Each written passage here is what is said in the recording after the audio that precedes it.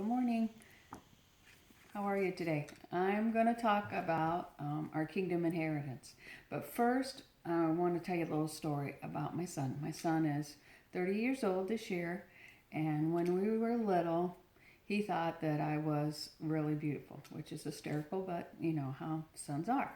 And so, because of a couple incidents that happened, he decided that I really, really, really, really needed a ring to keep me safe.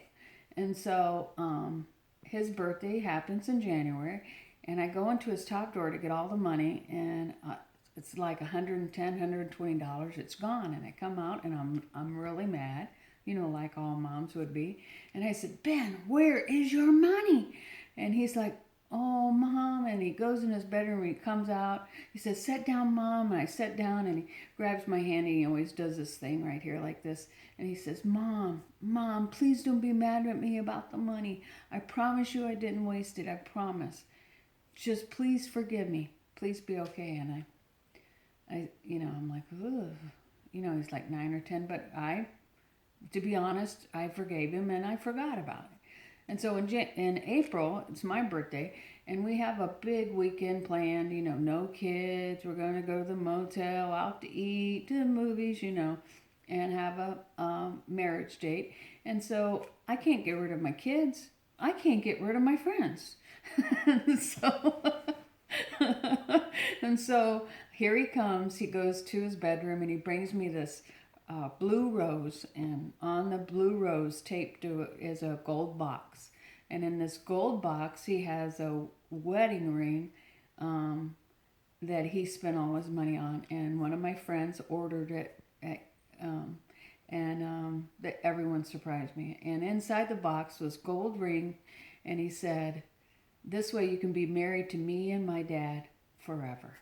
So, anyways, that's my story about my Sonny Bono. So, today I'm going to talk to you about our kingdom inheritance. And I want to talk to you about Ephesians 1:11-14. In him we have attained an inheritance, having been predestined according to the purpose of him who works all things according to the counsel of his will. In him you also, when you heard the word of truth, the gospel of salvation, and believed in him, were sealed with the promise of the Holy Spirit. Now, predestined is determined before. And so God determined before that we were going to be his. And so that's very, very exciting, because that means that he has a plan and a purpose for every one of us. So today I'm going to juggle balls. And my sister said, "Did you practice?" And I said, "No, and you're going to see why." I should have practiced. Okay, and so we're going to have one ball. And these are our life. We're going to have one ball for home, family. We're going to have one ball for work. We're going to have one ball for hobbies, exercise, computer, phone, TV, movies. We're going to have one ball for children activities. And then we're going to try to juggle all of them. Well, I think I just dropped family. There goes work. Anyways, and so I was wondering, I know I'm great, right? I was wondering, how are we today about balancing our responsibilities and balancing our life? And is it the way you want it to be? Do you spend enough time with your family, with your children? And do you spend enough time reading the Word? Do you spend enough time with the things that are of value, that are important to you? And so, change is possible. What if I told you that change is the only thing that's consistent anyways? See, the way I was raised, I have to understand that I have to be able to change everything. I have to change my thinking, and when I change my thinking, it changes my action, which changes the outcome. And so you have to be able to say, I have to change. And they say that the older you get, the harder it is to change. And because I'm 53, no, I'm not having that. Because life, you can have the life you always wanted. We can have the life we always wanted. We can have the life we always dreamed about. And that requires change. And so at 53 or 63 or 73, we have to say, okay, I'm willing to change. I'm willing to change at 20. I'm willing to change. I'm willing to adjust my thinking, to adjust my what I'm doing in order to adjust the outcome. Inside of each one of us is a God-given ability to change and become everything that we always wanted to be. Inside of each one of us is a victorious champion, and we can have the victorious life we always wanted.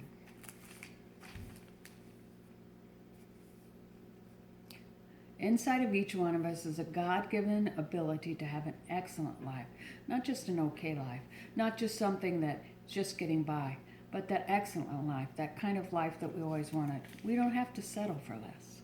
We don't have to be okay with the status quo. Now, I'm going to deal with changing your thinking. Change thinking is not automatic. You don't wake up one morning and say, da-da, change my thinking. You have to really deal with your thinking. Change thinking is difficult. Albert Einstein said, thinking is hard work. That's why so few people do it. That's funny. Change thinking is worth it. More gold has been mined from the thoughts of men than has ever been taken from the earth. Change thinking is the best gift you can give others and yourself. Learning to think better is a great investment, but it's the greatest present you can give someone else, your family, your children, your children's children. It represents unlimited potential. Inside of each one of us is unlimited potential to be everything we always wanted to be. We must recognize that only when we make the right changes to our thinking do other things begin to turn out right. Okay. Change is personal. I need to change. Change is possible. I'm able to change. Change is profitable. I'll be rewarded by the change. Changing your attitude changes your behavior. Changing your behavior changes your performance. And when you change your performance, dun dun dun dun, you change your life. We can do it. You can do it. Don't give up. Don't give in. You can have the life you always wanted. Habakkuk 2:2. For the vision is yet for an appointed time, but at the end it shall speak. Wait for it, because it will surely come. It will not tarry. Thanks for listening.